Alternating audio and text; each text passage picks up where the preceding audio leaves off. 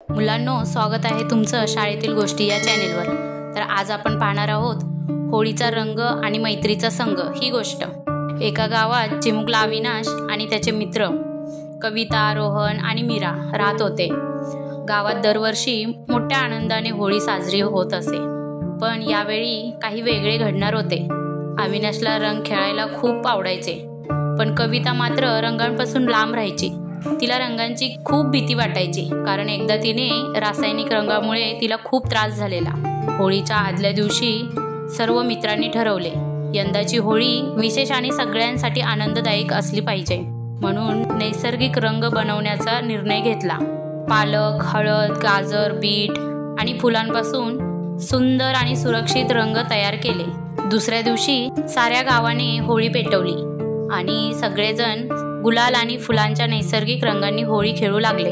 अविनाश आणि मित्रांनी कवितालाही प्रेमाने रंग लावला। तिला कोणताही त्रास झाला नाही आणि तिचा रंगांबद्दलचा गैरसमज दूर झाला। ह्याच्यातून आपल्याला शिकायला हेच भेटतं की नैसर्गिक रंग वापरले तर होळी आनंददायक होते।